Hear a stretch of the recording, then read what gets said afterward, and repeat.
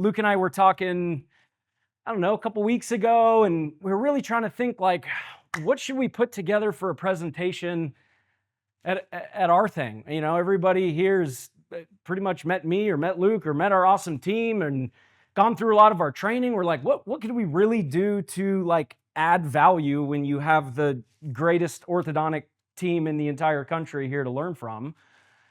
And so we said, you know, obviously a lot of people come to this event and they say, you know, this is all great, but I don't want to have 9 locations and 7 offices. I just want to crank it out of my one office and be super efficient and work 3 or 4 days a week. We thought, well, maybe we could find a doctor that we work with that, you know, started with us a little bit ago, maybe didn't quite get it totally. Then they came to Fishbine Fundamentals and learned from their awesome team and has had awesome change, awesome growth, but isn't looking to expand into 9 offices and 7 orthodontics, or 7 orthodontists, excuse me. Who here, I know who wants lots of locations and lots of patients, but who here wants to kind of keep it 1 office, 2 offices, 1 doctor kind of thing? Is this okay? Yeah? Okay, cool. So we were playing the Ouija board a little bit and saying, who could we interview that maybe could shed some light and shed some perspective purely from the doctor's mind to make an impact and add some value to you? And so I'm going to bring up somebody I'd like to say has become a great friend after our last weekend spending time together. I can also think back to some of our initial conversations. Initially, I was like, I think this guy hates me. Always with a raised eyebrow, is this even working? And he's just done some incredible things. So I'm going to bring up Dr. Shawn Rice. Give it up for Dr. Rice. Come on.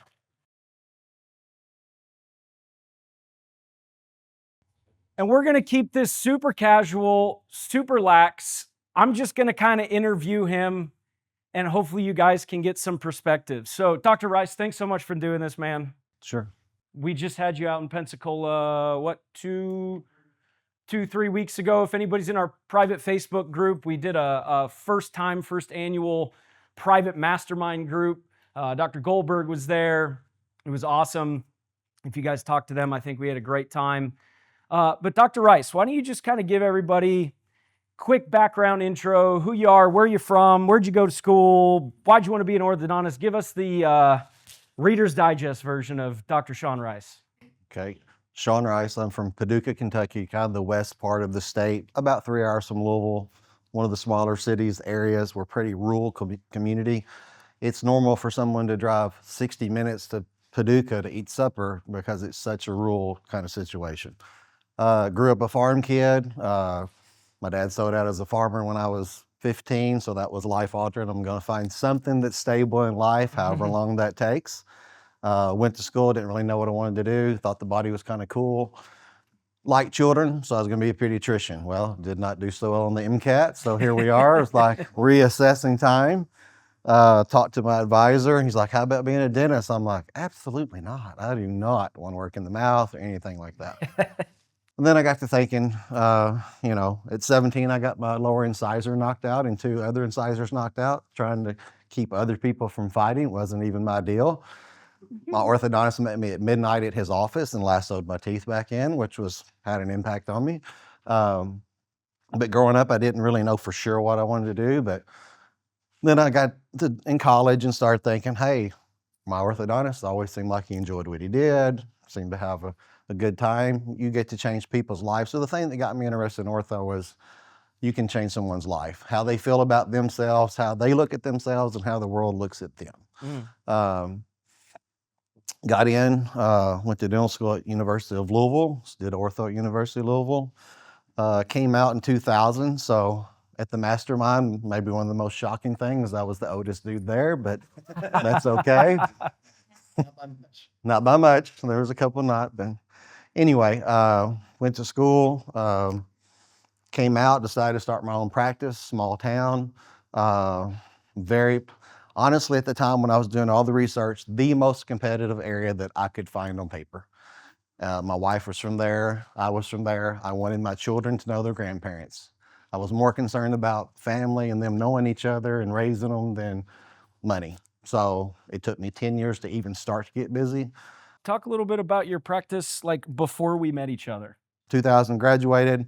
I was in a small like doctor's complex for 18 and a half years.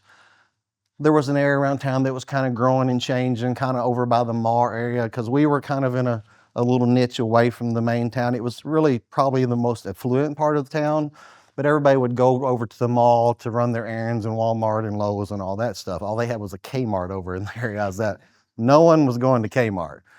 So there was an up and coming area that like a area that you could drive to get to the area. Great location. Bought a lot at the end of 14. Didn't actually get in until 19. So from 15 to 19 or so, when I moved to my office where I'm at, I was probably doing 1.2, maybe 1.3. I did a lot of Medicaid. Well, not a lot. I did about 15 or 20% Medicaid. That was my way of trying to give back to the kids. I grew up poor enough I could have been on Medicaid. We were not, but it was always my way to kind of give back. You know, through the years, that just continued to get worse to the point at the beginning of this year, I figured out that I was losing $800 a case with overhead doing Medicaid. So we stopped it. So I knew that was kind of a problem. I knew we was at the break-even point. So then I started looking, how can we actually grow the practice? You know, instead of losing money on some patients, how could we grow the practice? So in 19, we moved to a new location. Like I said, we're doing about 1.2, 1.3. When we moved to the new location, good location, we had 30% growth, 25 to 30, which was awesome. You know, they say 20 is the average, about 30. And then that was 19. And then, of course, COVID happened and all that stuff. And then we got to 22, June of 22, I started with HIP, met Harrison. They had all these ideals and all that stuff. I don't think I understood the big picture of how significant some of the things he was recommending to do. I just didn't quite get it. And so, you know, kind of had that traditional orthodontist mindset. Well, if they have we did credit reports, and if they got a C, well, they got to pay $1,500. I'm not losing any money, you know. So I guess the scarcity mindset is what the book says instead of the abundant mindset. So I remember anyway, nudging you like, dude, you got to come to Fishbone Fundamentals and see it. Like you're not quite getting it. Yeah, that was kind of the game changer. But so I had not advertised in like 15 years or so, nothing significant. And we started with HIP. He's like, hey, what's the offer going to be? Can we do $500 off? I'm like, absolutely not. Why? Why would you do that? He's doing the math. Well, if we do $500 off and we do this many starts, I'm losing this much money. So the offer was free orthodontic consult. I mean, who doesn't want that, right? Super sexy. Yes. Super sexy. But the truth was, I was in a location with less than 5% of my community would have known where I was at. Now, if I'd said I was by the local oral surgeon that was the most popular guy in town, everybody would know that, but they didn't know me. Even with HIP, even with the new location, yeah, probably 50 to 75% of the people would know where my office is now because it's such a busy thoroughfare. So we grew 30% before HIP. With HIP, with just the free exam, we grew about 30%. Our bonus system was tied to a 30% increase, and we made the bonus pretty much every month. And then 16, 17 months later, he stalked me into coming to last year. I think it was November 8th or something like that. And then what happened? I brought 4 girls. Since that time, we've grown 101%. That's awesome. And that's incredible and testament, obviously, to the Fishbone team, and hopefully we help get some butts in the chairs. But I want to ask you a question because I think a lot of people's fears to grow that much is, how much more work am I going to do? Is it going to be worth it? Have you added any days? So, and how many days a week do you work? Actually, 3. 3 days a week, and you've grown 1%. Okay. Well, really 130% since I started with HIP. Cool. But actually, when I started with HIP, I was working 3.5 days a week. Now I'm working 3. So, you know, that's the mindset. Was like, okay, am I going to go back? If we continue to grow, am I going to go to 3.5 or 4? Because that's kind of where that's heading. So, yeah. So what happened with your team? You know, where's Lori? Obviously, Lori, we've had some awesome calls with you and your team, but maybe since you're in the crowd, when you guys came back from Fishbone Fundamentals, what happened the first time? We knew we could do it. We knew it. You know, and we were just waiting on the boss to say, let's do it. So we got back there, you know, and we were like, I wonder if he's going because we were so fired up, ready to go, excited. And we were back what, Shawn, probably like, I don't know, a week maybe, and he hadn't pulled the trigger on the $500 off yet. And then he comes to us right before Thanksgiving, he says, I'm gonna do it. Let's do everything the way they said. And we did, and we left for Thanksgiving break, and when we came in on that Monday, we had 70 people trying to get in for an initial exam. 70. 70. And we had no place to put them. And so he was like, okay. So we did our whole schedule the way Fish Fund does. We did everything, the girls up front, moved all the patients, got it all worked out. And I mean, the rest is history. It's just been, but it was so exciting. And the truth is, if you'll just do what HIP and Fish Fund say, it's gonna happen. So Dr. Rice, talk about your days. You know, you're doing more on, I guess, less time. You're probably seeing more patients, but what's your typical day like? Are you more burned or less burned at the end of the day? You feel more fulfilled that you're helping more people instead of, worrying about how many hours you're in the chair, but just kind of talk about life in the practice now, both personally and with your team and patients and the impact. So when I graduated my program, it was a 30-year-old program. They said, you are the most particular orthodontist we've ever had come through here. So I am very anal about overjets and overbites. And, I still had done a 30-minute consult, but I was in there 15 or 20 minutes talking instead of, so that's been a humbling thing to go, hey, I'm not near as important to this situation as I thought I was. And that's okay, because I got more time to be in the clinic. Bingo. So you can do more than you think you can do. Whatever speed you're going right now, you can go faster than that. Even if you're anal, you can still do better. He's still stubborn. Oh, Very very much stubborn. so. He's still, we'll get into that. But, I used to spend 20 minutes on my D-bond, getting off the glue and doing cosmetic every angle of every tooth. I'm doing it in 5 to 7 minutes now, where I was doing it in 20. You can go faster than you think you can. When you look at your bracket and you set it and you're like, you've looked at it and then you've gone around and looked at all of them, you go back and look again and you look 2 or 3 times. The first time you set it was about where it should have been. You should just leave it alone and cure it. So yes, we're busier. Now it does take a minute to get used to it. We used to see about 60, we're seeing about 80 now. Talked to Jeff on the way from the airport a couple of weekends ago after our mastermind. We sat down. I'm a math guy, but he's even has more experience on the practice side of doing math. And he's like, if you don't change anything at all, you'll be having to see 100 patients next year because you're only 9 or 10 months into this growth cycle. I'm like, oh, wow, I got to weed the garden. I got to get rid of these people who haven't been finishing. So luckily you love cutting your own bushes anyway. So yeah.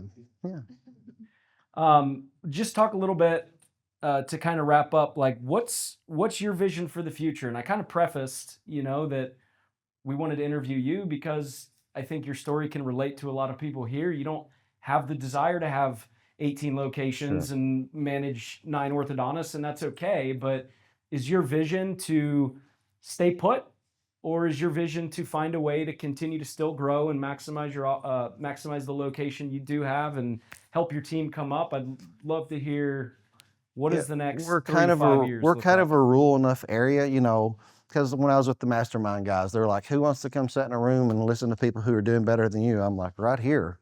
Let's learn everything we can learn.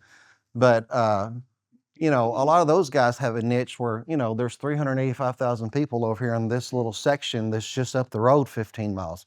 We don't have that. We don't have 385,000 people in the whole end of the state. It's just a different thing. So there's really no advantage to me doing another satellite, but I could, I have a local competitor who's wanting to sell right now, but he starts 15 a month. 10 to 15 a month, and I could add a day or 2 a month and do that. So, no, I do not want to have, 10 orthodontists and 9 different practices or any of that stuff. Yeah. We just want to kind of keep it going where we've been going. And Carter Thomas told me, he said, like I said, I didn't finish that. We were at 1.2 when I went to this office. Probably when I started with hip, I was probably 1.6 or so. Last year when we did this, we were at about 2.2 to 2.3. And right now we're on track to do between 4 and 4.2. So Wow. that's a huge change. So, And that, we got to make sure that round of applause goes just as much to the Rice Ortho team. We all know they can't do it without. speaking to the thing, one of the things that, I still want to give back to the kids with the state insurance program, 75 to 80% of them did not qualify anyway, which is super frustrating, at least in the Kentucky program. You look at them, the kid needs treatment, but they can't get it. You have these high filters in that says, oh, you got to pay $2,000 down. Well, now, just this last week, our TC was out this week. She was on vacation. She's going to meet us Monday. We're going to stay over and do a one-on-one with the Fishbone folks. And Thanks, she guys. wasn't available, so she's coming down Monday. But so Lori, the office manager, is filling in as TC. And we had a kid come in, second opinion, been to the other local orthodontist. They told him $2,000 down. Not normally that high, but that's what they told him. Well, it's a Medicaid case, would not have qualified for Medicaid. I'm no longer doing Medicaid, but by taking the Fishbone fundamentals of the $300 down and the $199 or less a month, they started. It was the same day start. So I'm now full pay, price, no. full price, full everything. But now I was only able to help 20% of the kids who were poor enough to get it. Now I can help them all because we've lowered our barrier of entry. That was always the thing. Instead of 600 or 800 or whatever, if you make it easy, so easy they can't say no, they won't. That's just the bottom line. Now there is some risk. You feel like you're risking a little bit. Cash flow is slower than production, but that's okay. It's okay. That's just part of it. Dr. Rice, thank you for your time. We really appreciate it. So thank you much.